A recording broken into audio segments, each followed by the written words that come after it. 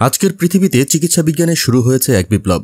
CRISPR জিন editing প্রযুক্তির মাধ্যমে এই আধুনিক পদ্ধতিতে মানুষের ডিএনএ কেটে ভুল অংশ মুছে ফেলা যাচ্ছে, আর সেখানে বসানো হচ্ছে সঠিক কোড।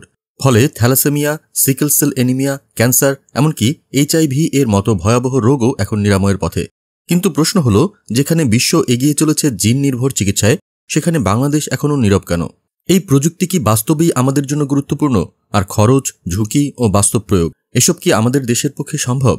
বিশ্বের উন্নত দেশগুলো যেমন যুক্তরাষ্ট্র, চীন, যুক্তরাজ্য, জাপান এবং ইউরোপীয় ইউনিয়নের একাধিক দেশ ইতিমধ্যেই CRISPR প্রযুক্তিকে ক্লিনিক্যাল ব্যবহারে অনুমোদন দিয়েছে। শুধু 2023 সালেই মার্কিন FDA CRISPR ভিত্তিক চিকিৎসা পদ্ধতিকে অনুমোদন দিয়েছে সিকেল সেল রোগের জন্য, যার এক একটি থেরাপির খরচ দাঁড়িয়েছে প্রায় 1.5 থেকে 3 কোটি টাকা। অন্যদিকে বাংলাদেশে লাখ লাখ মানুষ এখনও দীর্ঘমেয়াদী জিনঘটিত রোগে আক্রান্ত। থ্যালাসেমিয়া, সিকেল সেল বা হিমোফিলিয়ার মতো রোগে প্রতিনিয়ত ভুগছে। ওষুধ নির্ভরতায় কাটে জীবন, চিকিৎসার খরচও বহনযোগ্য নয়। তাহলে প্রশ্ন আসে, এমন এক বিপ্লবী প্রযুক্তি আমরা কবে গ্রহণ করব? বর্তমানে ঢাকার কিছু প্রতিষ্ঠান যেমন ঢাকা বিশ্ববিদ্যালয়, ইব্রাহিম মেডিকেল কলেজ, বারডেম ও কৃষি গবেষণায় জেনোম এডিটিং নিয়ে কিছু গবেষণা চালালেও তা এখনও পরীক্ষামূলক পর্যায়ে সীমাবদ্ধ। মানবদেহে এর ক্লিনিক্যাল প্রয়োগ বা কোনো সরকারি সুস্পষ্ট উদ্যোগ এখনও অনুপস্থিত। সরকারের পক্ষ থেকে এই প্রযুক্তি গ্রহণে কোনো দীর্ঘমেয়াদী পরিকল্পনার ঘোষণাও এখনও শোনা যায়নি।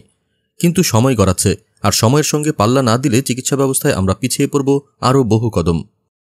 CRISPR যদি বাংলাদেশে সঠিকভাবে চালু করা যায়, তবে শুধু রোগ নয়, চিকিৎসার খরচ কমবে, রোগ প্রতিরোধে এক নতুন যুগের সূচনা হবে এবং ভবিষ্যতের প্রজন্মকে আমরা দিতে পারব একটি সুস্থ, কর্মক্ষম জীবন। তবে এ প্রযুক্তিকে ঘিরে রয়েছে নানান বিতর্ক। ভুল জায়গায় ডিএনএ কাটলে হতে পারে মারাত্মক বিপর্যয়। জিন বাছাইয়ের মাধ্যমে ভবিষ্যতের শিশুদের চোখ, রং বা বুদ্ধিমত্তা ঠিক করার চেষ্টা, যা তৈরি করছে ডিজাইনার বেবি সংস্কৃতির আশঙ্কা। আর সবচেয়ে বড় ভয়, জিন পরিবর্তন করে বায়ো উইপন তৈরির ঝুঁকি। ধর্মীয়ভাবে এই প্রযুক্তি নিয়ে মতভেদ আছে।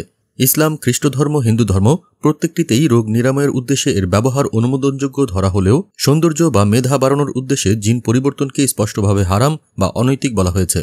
এই বাস্তবতায় বাংলাদেশের সামনে এখন বড় চ্যালেঞ্জ।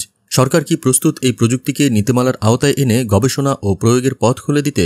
বায়ো এথিক্স, জনসচেতনতা ও দক্ষ চিকিৎসক তৈরি না হলে ভবিষ্যতের চিকিৎসা কেবলই থাকবে অন্য দেশের হাতে।